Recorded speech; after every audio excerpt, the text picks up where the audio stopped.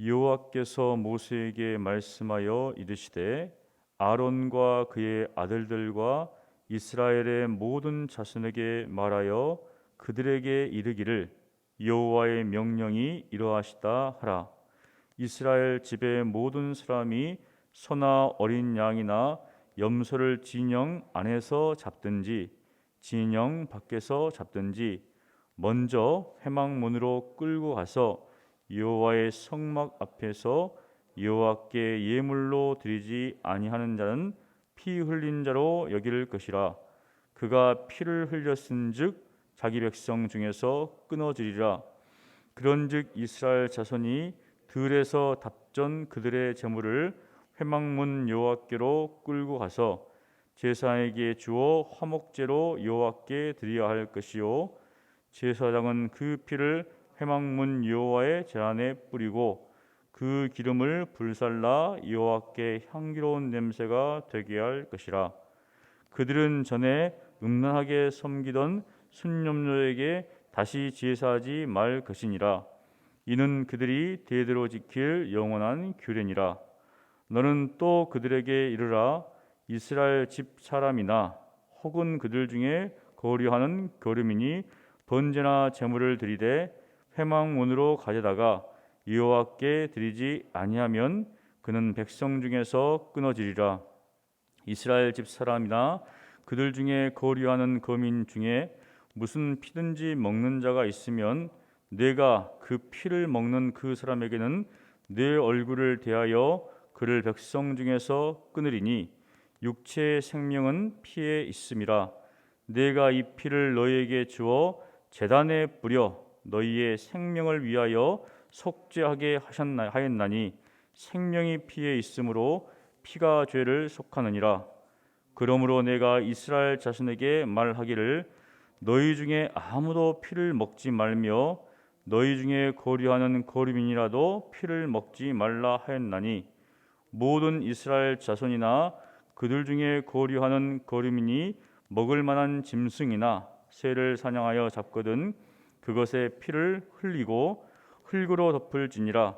모든 생물은 그 피가 생명과 일체라.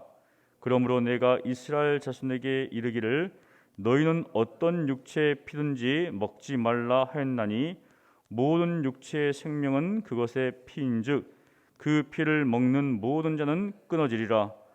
또 스스로 죽은 것이나 들짐승에게 찢겨 죽은 것을 먹은 모든 자는 본토인이거나 거류민이거나 그의 옷을 빨고 물로 몸을 씻을 것이며 저녁까지 부정하고 그 후에는 정하려니와 그가 빨지 아니하거나 그의 몸을 물로 씻지 아니하면 그가 죄를 담당하리라.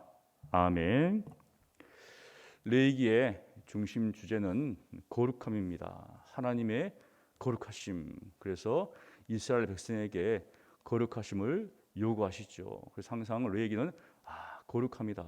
우리에게 성결을 요구하고 거룩함을 요구합니다. 1장부터 16장까지 또 17장부터 27장까지 이렇게 두 분으로 크게 나눌 수 있는데 16장에는 이 속죄일에 대해서 나오고 오늘 17장부터 26장까지는 성결 법전에서 이스라엘 백성들에게 성결을 집중적으로 요구하시는 하나님의 말씀이 나옵니다. 27장은 이제 서원에 대해서 이야기를 하고 있고요. 특별히 오늘 이 17장은 크게 두 부분을 나눌 수 있는데 1절부터 9절까지가 제물을 드릴 것에 관한 규례입니다. 그리고 10절부터 16절까지는 피에 대한 규례입니다. 하나님은 이 규례를 모세에게 말씀하셨고 모세는 아론과 그의 아들들 그리고 이스라엘 백성에게 지금 명령하고 있습니다. 이스라엘 자손이 소나 어린 양이나 염소를 잡을 때 어디에서 잡을 것인가?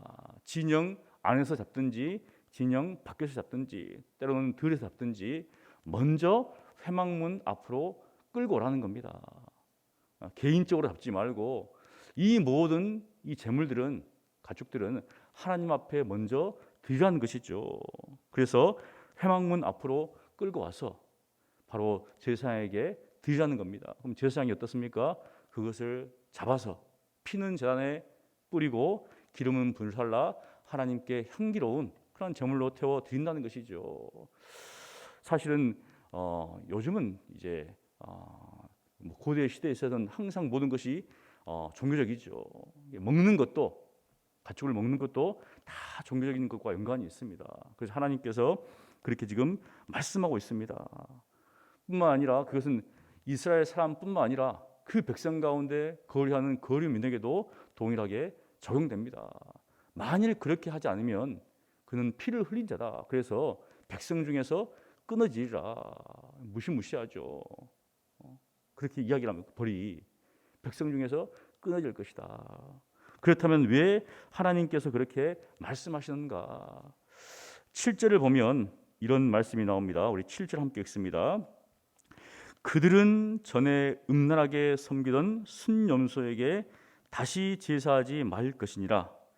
이는 그들이 대대로 지킬 영원한 규례니라. 그들이 전에 아마 애굽이었겠죠. 음란하게 섬기던 순염소에게 제사를 지냈던가. 사실은 이게 이 순염소 신인지 아니면 순염소를 형상을 한 신인지 여기에 대해서는 정확히 안 나오지만 이스라엘 자손이 430년 동안 애굽에서 지냈습니다. 굉장히 오랜 기간이죠. 조선 왕조가 500년인데 딱 비교해보면 알잖아요. 정말 오랫동안 애굽에 살았구나. 애굽은 다신교입니다. 수많은 신들이 있습니다. 이게 그곳에서 살 때 그들의 이스라엘의 생활 방식이 애굽의 어떤 문화에 젖어 있었겠죠. 그들이 보는 것들, 그들이 들은 것들, 그 모든 것들 어떻습니까? 다 이방적인 것이죠. 그래서 하나님은 그들이 그 전에 섬겼던 순염소에게 어떻게 보면 제사를 드리지 말라는 것이죠. 제물을 드리지 마라. 왜냐하면 진영 안에서 진영 밖에서 잡아서 드릴 수도 있기 때문에 하나님께서 그것을 금지했다는 겁니다. 특별히 순염소는 우리가 이제 단지 순염소 신이 아니라 그 순염소 형상을 가장한 신일 것이라고 우리가 생각할 수 있습니다. 왜냐하면 이집트 신들 중에서 흙으로 왕의 계승자를 만드는 창조신이 있는데 그런 그림이 있어요. 부조가 있습니다. 크눔이라고 하는데 순염소나 숫양의 형상을 하고 있습니다. 그러기에 하나님은 이스라엘 자손들에게 회막문 앞으로 가져와라. 모든 이 제물은 회막문 앞에 가져와서 하나님께 먼저 드리라는 겁니다. 화목제로 드리라는 것이죠. 그 피와 그 길은 하나님께 드리고 남은 고기는 먹으라는 겁니다. 함께 나누어서 먹으라는 것이죠.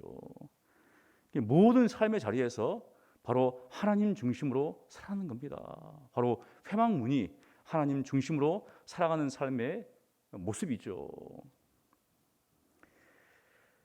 그러기에 하나님은 이렇게 이 말씀을 통해서 이스라엘 백성으로 하여금 배교하지 않고 바로 하나님만을 섬기도록 이렇게 명령하고 있는 겁니다.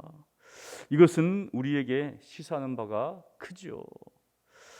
한국 교회가 세속화된 이유가 무엇인가? 우리 신자들이 세속화된 이유가 무엇인가? 하나님 말씀 앞에 나오지 않기 때문에 하나님 말씀 앞과는 다른 곳에서 무엇인가를 행하고 있기 때문인 것이죠. 종교개혁이 일어난 이유가 무엇인가?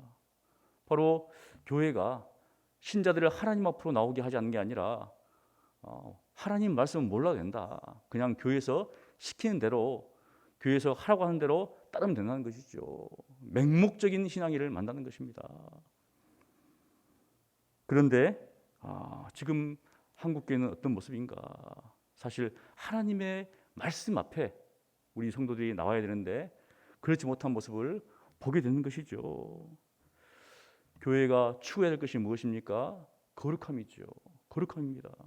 그런데 그게 아니라 어떤 외적인 그리고 어떤 숫자적인 이러한 것들, 또 세상과 발맞춰가는 그런 모습들, 이러한 것들로 뭔가 교회의 모습들을 보인다는 것이죠. 거룩함은 사라지고 그런 것들로 뭔가를 치장하려고 하는 그런 모습들이 보인다는 것이죠. 신자들은 또 어떻습니까? 하나님 앞에서 성결한 삶을 살아가는 것이 삶의 중심이 되어야 되는데 잘 사는 것, 더 세상과 속에서 더 잘 되는 것, 이런 것들이 은연중에 하나님의 축복이다라고 생각하는 겁니다. 그러면 예수님과 제 아들은 참 축복받지 못한 존재들이죠. 맞잖아요. 예수님은 부유하신 자로서 가난케 되었고, 예수님을 따랐던 모든 제 아들은 사실 정말 어렵게 살았죠, 세상적으로. 그렇다면 그들은 다 죄된 자들이 아니죠. 오직 하나님 앞에서 성결한 삶, 거룩한 삶을 살기 위해서 자기를 부정하고 자기 모든 것들을 포기하고 살았던 삶의 모습입니다. 왜 이렇게 본질에서 벗어나 있는가? 그것은 하나님 말씀 앞에 행하지 않기 때문에 바로 이러한 모습이죠. 그래서 우리가 항상 우리의 생각이라든지 우리의 행동이라든지 우리의 소유, 우리의 물질이 어디 앞에 있어야 될 것인가? 항상 하나님의 말씀 앞에서 들어져야 한다는 것이죠. 10절부터 16절까지는 피에 관한 규례입니다. 여기서는 피를 먹지 말아야 할 이유를 지금 말하고 있습니다. 육체의 생명이 피에 있기 때문에, 모든 생물은 그 피가 생명과 일체이기 때문에 하나님께서 먹지 마라, 이렇게 말씀하신 것이죠. 그리고 이 피를 우리에게 주셨는데 우리의 죄를 대속하기 위해서 이 피를 주셨다라고 말합니다. 생명이 피에 있으므로 피가 죄를 속할 수가 있기 때문이라고 하나님은 말씀하십니다. 여러분, 그래서 피 흘림이 없은즉 사함이 없느니라. 예수님께서 십자가에서 그 피를 흘리심으로 우리의 죄를 사해 주셨습니다. 이 얼마나 놀라운 하나님의 은혜인가. 죄 없으신 예수님께서 우리를 대신해서 자신의 피를 흘리심으로 우리의 모든 죄들을 다 사해 주셨다는 것이죠. 우리가 하나님 앞에 나아갈 때 이 하나님의 놀라우신 은혜를 깨닫고 우리가 어떠한 삶을 살 것인가, 하나님 앞에 성결한 삶을 살아가는 것이 우리의 신자의 합당한 삶이죠. 뿐만 아니라 주님의 그 십자가의 대속의 은혜를 기억하면서 매일매일 하나님과 동행하는 삶, 이것이 하나님께서 기뻐하시는 삶이다.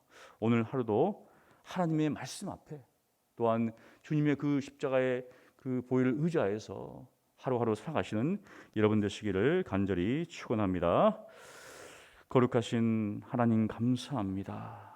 저희들로 하여금 날마다 하나님의 말씀 앞에 나아갈 수 있도록 은혜를 베풀어 주시옵소서. 다른 곳에 있지 않게 하시고 아버지, 그 말씀 앞에 나와서 주님의 뜻을 분별할 수 있도록 도와주시고, 우리의 모든 생각과 우리의 모든 입술의 말과 우리의 모든 행동이 하나님께서 받으심직한 그러한 산점물이 될 수 있도록 은혜를 베풀어 주시옵소서. 세상을 쫓아 살아가는 것이 아니라 하나님의 말씀을 쫓아 살아갈 수 있도록 주여 도와주시고, 십자가의 대속의 공로를 항상 의지하는 가운데 감사하며 기뻐하며 주님만을 의지하고 살아가는 저희들 되게 하여 주시옵소서. 살아계신 예수님 이름으로 기도합니다. 아멘.